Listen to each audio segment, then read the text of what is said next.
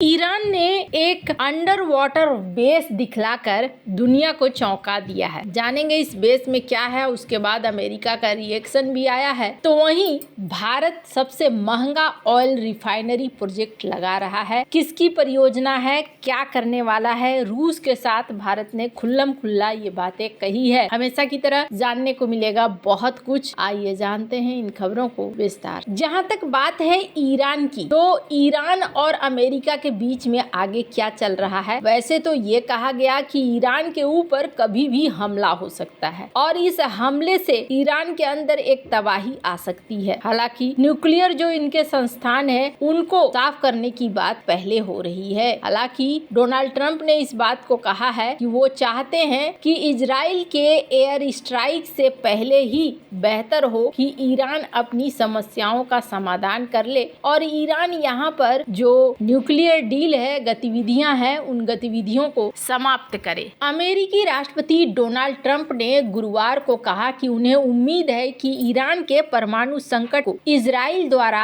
Islamic गणराज्य के खिलाफ सैन्य हमला किए बिना ही सुलझाया जा सकता है। ये टिप्पणी तब आई है जब ये खबर आई है कि ट्रंप अपने मध्य पूर्व दूत स्टीव विटकॉफ को ईरान में अपना सलाहकार नियुक्त करने की योजना बना रहे हैं, जो नए प्रशासन के द्वारा तेहरान के परमाणु कार्यक्रम को सैन्य के बजाय कूटनीतिक तरीके से संबोधित करने के लिए संकेत दे रहे हैं। जब ओवल ऑफिस में पत्रकारों ने पूछा कि क्या वह ईरान के परमाणु सुविधाओं पर इजरायली हमले का समर्थन करेंगे, तो ट्रंप ने सबसे पहले जवाब दिया, मैं इसका जवाब नहीं दूंगा। उन्होंने कहा कि वह जल्द ही इस मामले में विभिन्न अधिकारियों के साथ बैठक करें। उम्मीद है कि इस बारे में चिंता किए बिना ही इसे सुलझाया जा सकता है। यह वास्तव में अच्छा होगा यदि इसे बिना किसी और कदम के सुलझाया जा सके, ट्रंप ने आगे कहा। उम्मीद है कि ईरान एक समझौता करेगा और यदि वे समझौता नहीं करते हैं तो भी कोई बात नहीं है। टाइम्स ऑफ इजराइल के दैनिक संस्करण में इस बात को कहा गया और इसमें ये चीज कहा गया कि ईरान के साथ सैन्य हमला करने के बजाय उसके परमाणु कार्यक्रम को रोकने के लिए कूटनीतिक समझौते पर पहुंचने का प्रयास करना चाहते हैं। इजराइल में कुछ लोग ऐसे थे जिन्होंने ये मान लिया था कि ट्रंप के व्हाइट हाउस में वापस आने से अमेरिका ईरानी परमाणु स्थलों पर इजरायली हमले का समर्थन करेगा, यहाँ तक कि खुद भी ऐसा हमला करेगा। 26 अक्टूबर 2024 को इजराइल द्वारा ईरानी सैन्य स्थलों पर हवाई हमले शुरू करने के बाद तेहरान का एक सामान्य दृश्य भी देखने को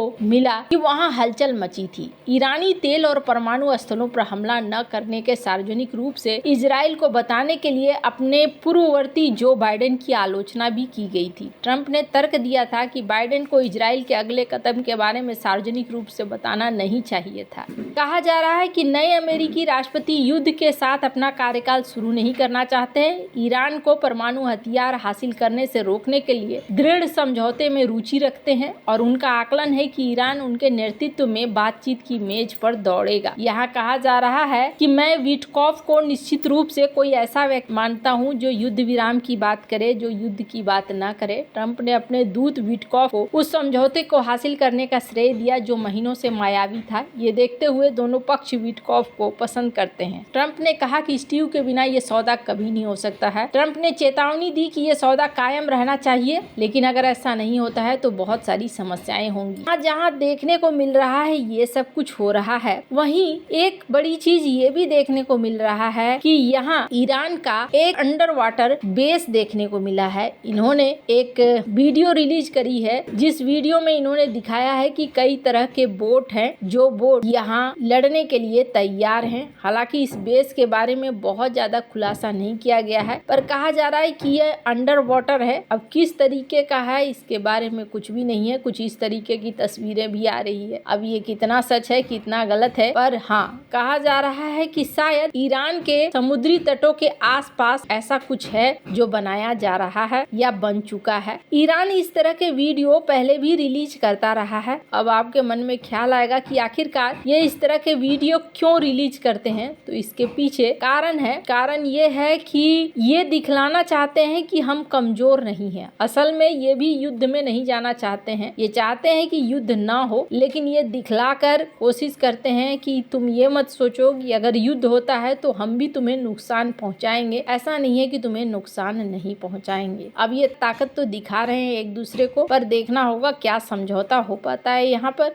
या चीजें आगे बढ़ती हैं। अब ईरान के के साथ जहां एक तरफ ये सीन हो रहा है, वहीं भारत भी कुछ बड़े कदम उठा रहा है। सार्वजनिक क्षेत्र की company Bharat petroleum corporation limited Andhra Pradesh में एक रिफाइनरी लगा रही है। उसकी क्रूड रिफाइनिंग क्षमता 90 लाख टन सालाना होगी। इस ऑयल रिफाइनरी सह पेट्रोकेमिकल कॉम्प्लेक्स की लागत जानकर आपके होश उड़ जाएंगे। इस रिफाइनरी की लागत है करीब 95,000 करोड़ रुपए। यह भारत की अब तक की सबसे महंगी रिफाइनरी परियोजना होगी। बीपीसीएल की तीसरी तिमाही के परिणाम की घोषणा के बाद विश्लेषकों के साथ निवेशकों के एक सम्मेलन में कंपनी के डायरेक्टर फाइनेंस वीआर गुप्ता ने बताया कि मोटे तौर पर पूंजीगत व्यय की आवश्यकता का प्रारंभिक संकेत सकल स्तर पर लगभग 95,000 करोड़ रुपए होगा। उन्होंने बताया कि आंध्र प्रदेश सरकार ने भी पूंजी सब्सिडी प्रोत्साहन की अच्छी मात्रा का संकेत दिया है। हालांकि उन्होंने यह नहीं बताया कि राज्य सरकार से कितनी वित्तीय सहायता मिलने जा रही है। उन्होंने कहा कि हम दिसंबर में अंतिम संख्या पर पहुंचेंगे जब डीपीआर और फीड अध्ययन पूरा हो जाएगा। हमारे सहयोगी के अनुसार समानांतर रूप से हम एक संयुक्त उद्यम भागीदार की तलाश कर रहे हैं। हालांकि इस बारे में उन्होंने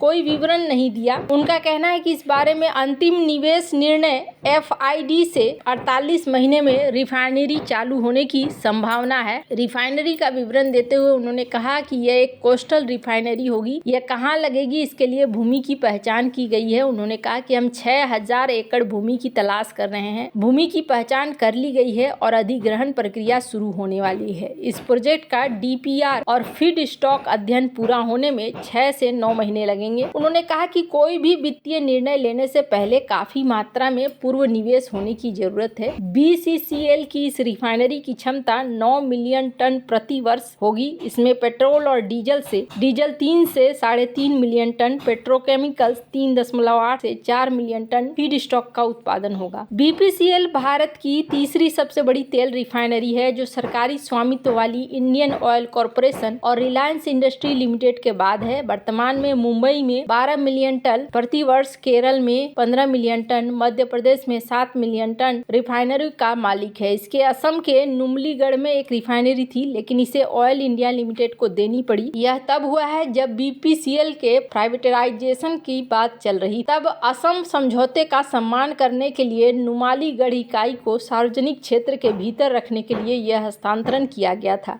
लेकिन बोलीदाताओं की रुचि की कमी के कारण BPCL का निजीकरण निरस्त कर दिया गया था। अब यहाँ एक चीज और भी देखने को मिला, जो भारत के पेट्रोलियम मंत्री हैं, उन्होंने ये कहा कि अगर रूस से हमें सस्ता तेल मिलता है तो हम रूस के साथ सस्ता तेल खरीदेंगे, इसमें कोई रुकावट या बाधा नहीं होगी। वैसे आपको क्या लगता है, इन सब मामले में आपकी क्या राय है? कमेंट कर जरूर बताएं। जल्द मिलते हैं अगले वीडियो में नई खबर के साथ।